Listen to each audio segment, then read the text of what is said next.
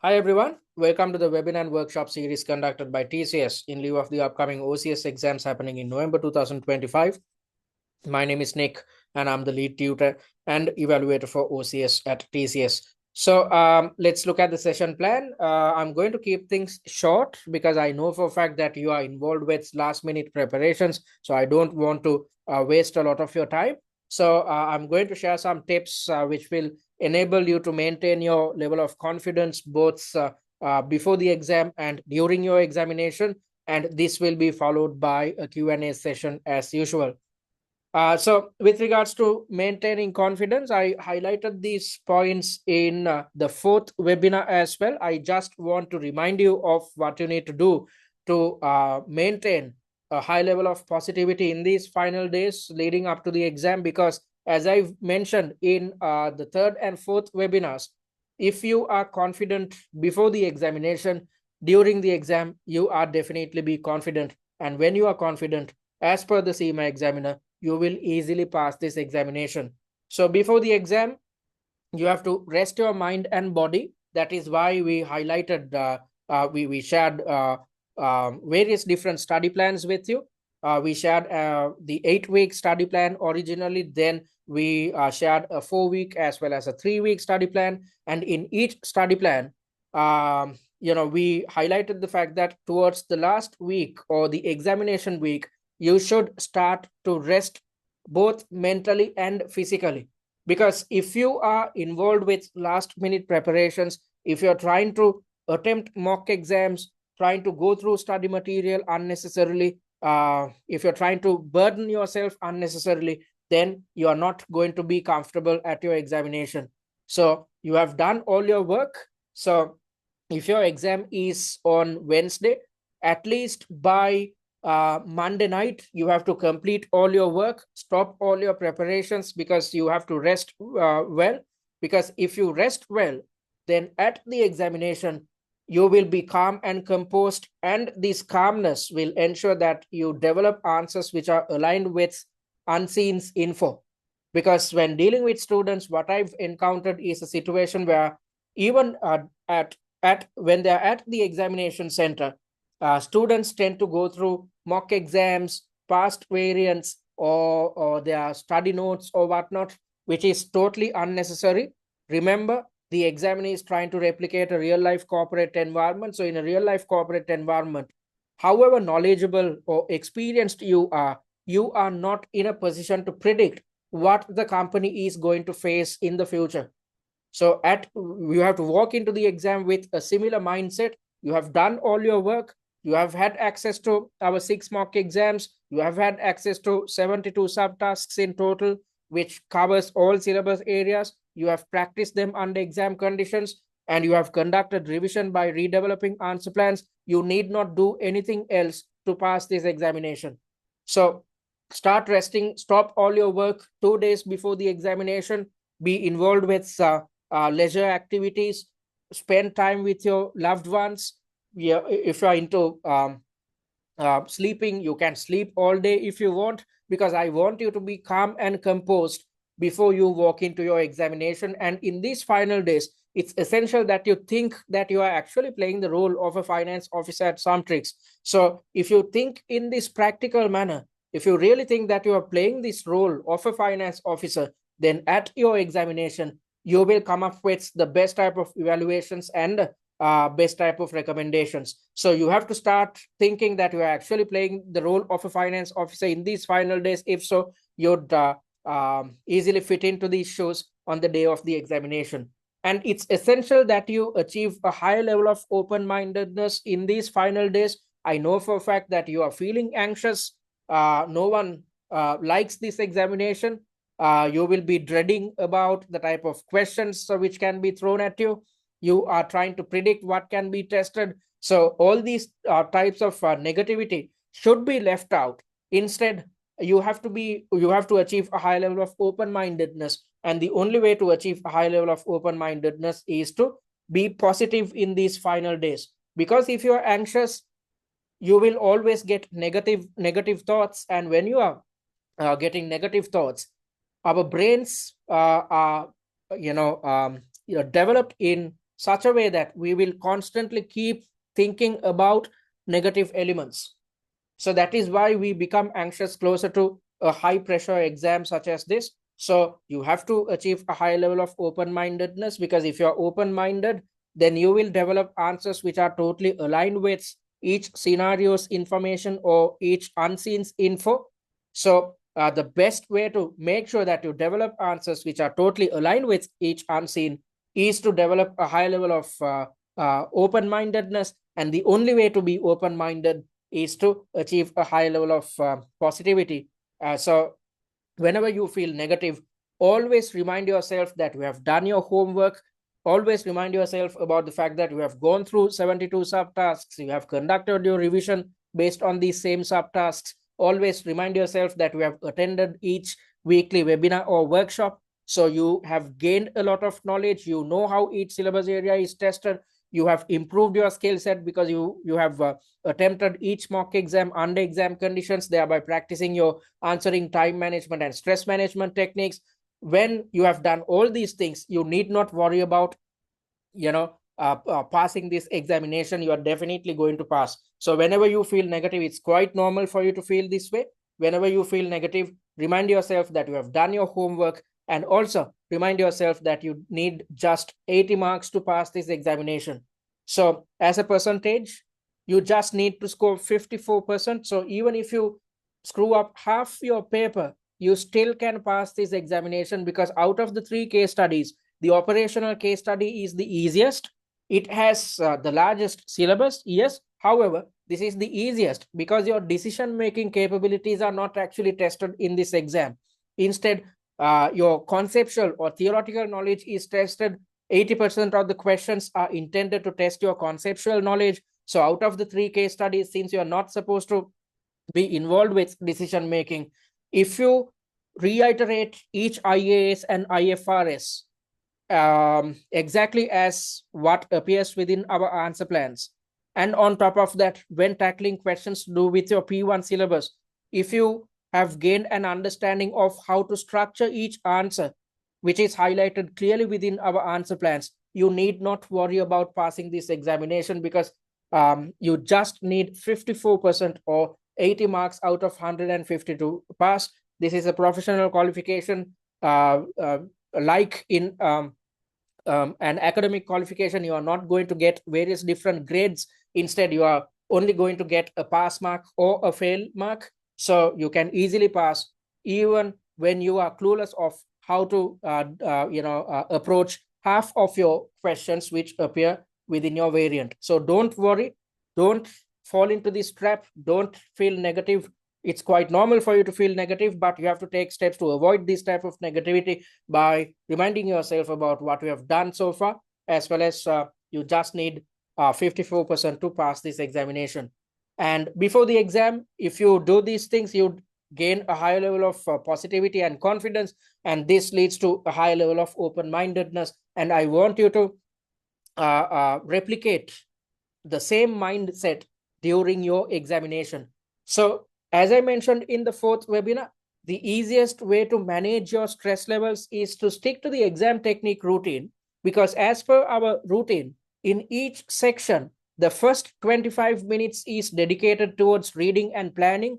This is when you should really utilize your prefrontal cortex, or the front part of your brain. I explained these things in depth in the 4th webinar. So you will be utilizing during the first 25 minutes of each section, you will be utilizing your prefrontal cortex heavily.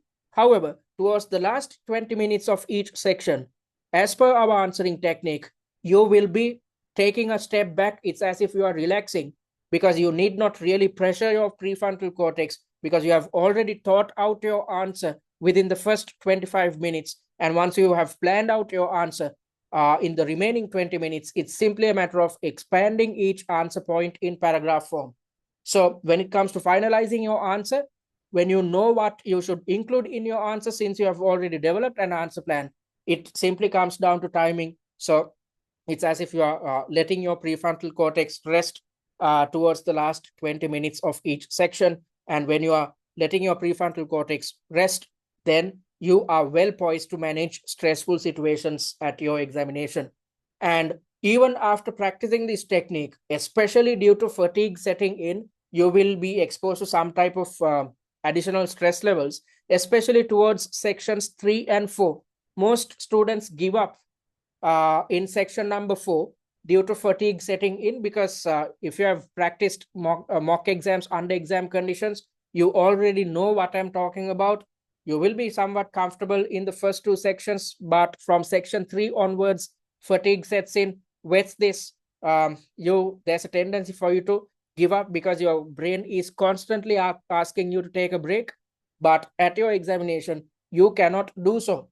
So it's essential, especially towards the last 2 sections, that you take steps to manage your stress levels. And as I mentioned in the 4th webinar, the only way to manage your stress levels is to switch off your amygdala.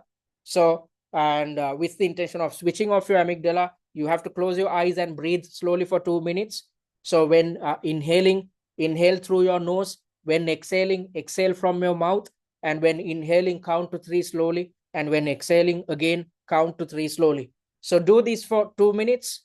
If you do so, you are effectively taking steps to switch off your amygdala.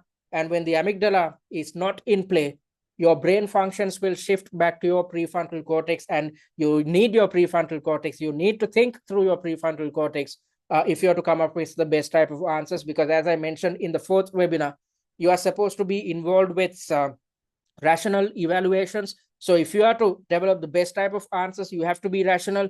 If you are to be rational, you have to utilize your prefrontal cortex. So when stress sets in, brain functions will shift from your prefrontal cortex to the amygdala. When this is the case, if you try to blindly fight a stressful situation, this leads to extreme levels of stress, and extreme levels of stress leads to brain freeze. So in order to avoid such negativities, what you need to do is to take steps to switch off your amygdala. And the only way to do so is to focus on your breathing for 2 minutes. So I hope you practice this when practicing our mock exams under exam conditions. And also, most students who end up scoring good marks before starting each section, at the beginning of each section, they do this breathing technique for 2 minutes, because when you do so, you are ensuring that you are refreshing your brain, and you are shifting your brain functions back to your prefrontal cortex.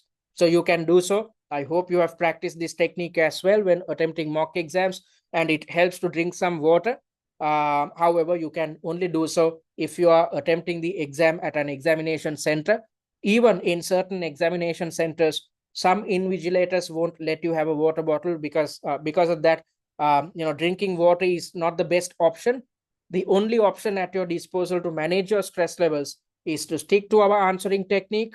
Even after sticking to our answering technique, if you are experiencing stress due to fatigue, focus on your breathing and get out of stressful situations.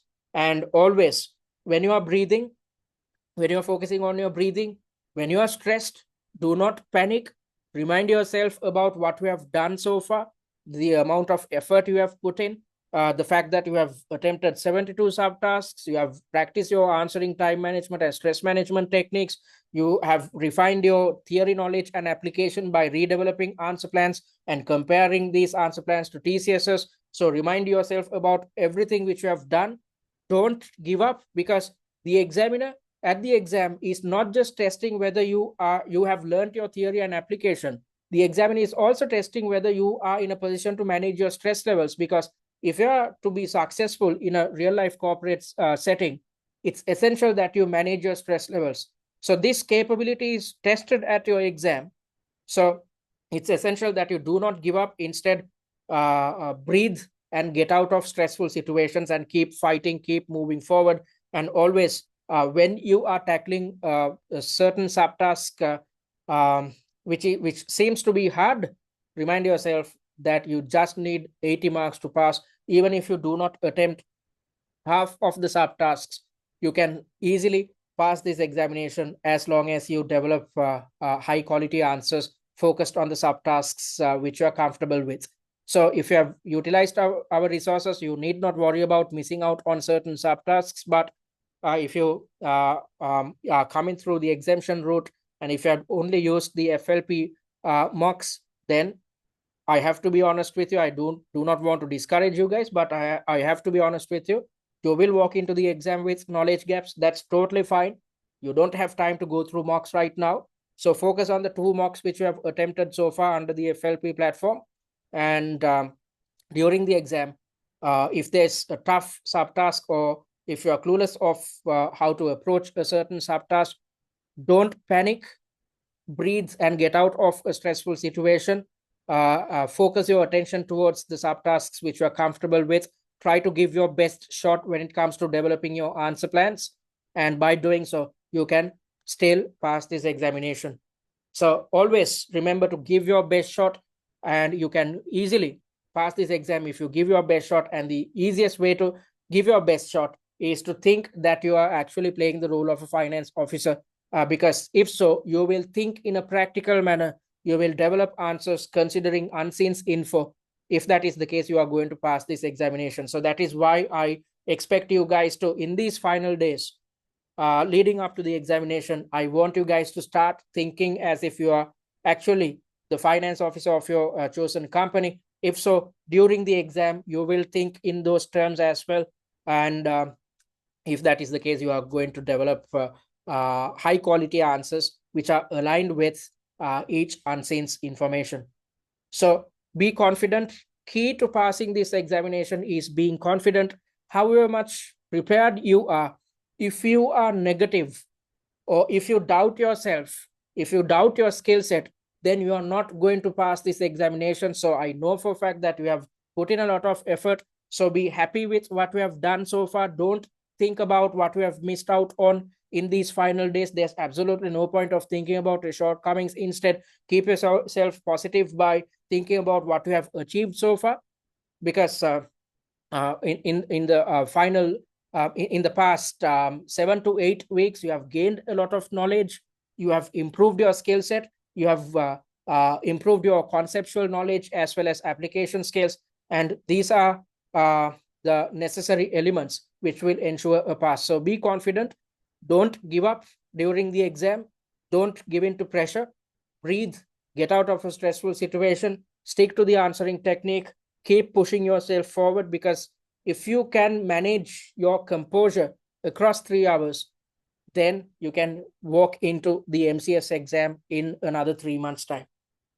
All right. I hope you will practice these things. And those who stuck to these techniques achieved a sure pass at the previous OCS sitting. That is why we achieved a 95% pass rate. Only one student ended up failing the examination. So you can achieve a similar feat by practicing what you have learned via the webinar and workshop series and being confident. You have learned a lot. You have gained a lot of knowledge. You have improved your conceptual knowledge, application skills, your answering time management and stress management skills as well. So this is what's necessary to pass this examination.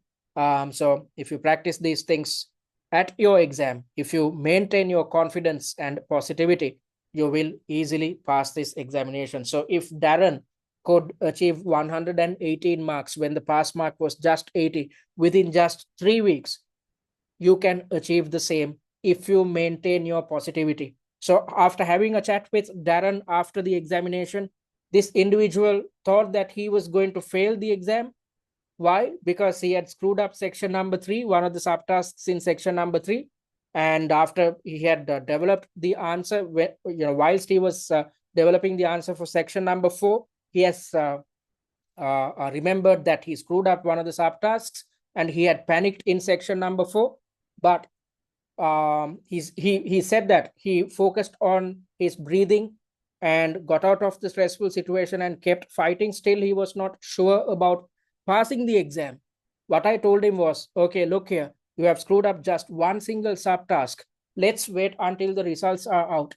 So at the exam, especially given the fact that you are operating in a time pressured environment, your brain is going to play tricks on you. Don't fall into these traps, however much prepared you are. And let's assume you have developed your answers really well during the exam. Still, you will start doubting yourself. You will start doubting the credibility and quality of the answers which you have developed. So that is how your brain functions when you are operating in a stressful situation, when you're operating in a time pressured environment. Don't give in to these stresses. Don't fall into these traps. Keep moving forward, be positive, because when you are in section number 4, for instance, what is the point of worrying about what happened in section number 3? Because can you go back to section 3 when you are in section 4? You can't. So most students, when they realize or when they think that something had gone wrong in a previous section, they start to think about it in the current section, which makes absolutely no sense. So you will feel the same way when you have when you attempted mock exams under exam conditions. Definitely you experience the same stuff which I'm talking about right now. So it's all about passing this exam comes down to maintaining your confidence, maintaining your positivity, because you have learned everything so far. It's simply a matter of maintaining your composure at your examination. So you will start doubting yourself. Don't give up. Keep fighting. Keep moving forward and live in the moment, because you cannot do anything to change your past. You cannot predict your future. If you are to be successful, you have to live in the moment, live in the present, because at the exam, if you are in section number 3, for instance, you cannot go back to section number 1 or 2 and change your answers. When you are in section number 3, you cannot predict what can be tested in section number 4. Instead, you need to focus on the current section, which is section number 3, and give your best shot. So it all comes down to maintaining your positivity. I cannot highlight how important this is, because you have gained all the necessary knowledge so far. It simply, your pass simply comes down to you maintaining your composure. And even after doing so, Darren thought he is going to fail the exam, but ended up scoring 118, and he was the highest scoring student last time. So keep fighting, keep moving forward, don't give up. Once you're done with all 4 sections, you just need to wait until the results are out to figure out that you have scored extremely good marks at your exam. All right, so having said that, I'm moving to the Q&A. So if you have any questions, you can switch on your mic and talk, or drop a message via the chat. I'm going to pause the recording as usual. All right, folks, thank you very much for those last minute questions. I hope I addressed everything. And if you want to contact us, you can do so via our website, which is www.study@tcs.com, or email us via info@study@tcs.com, or WhatsApp us on this number if you need instantaneous support.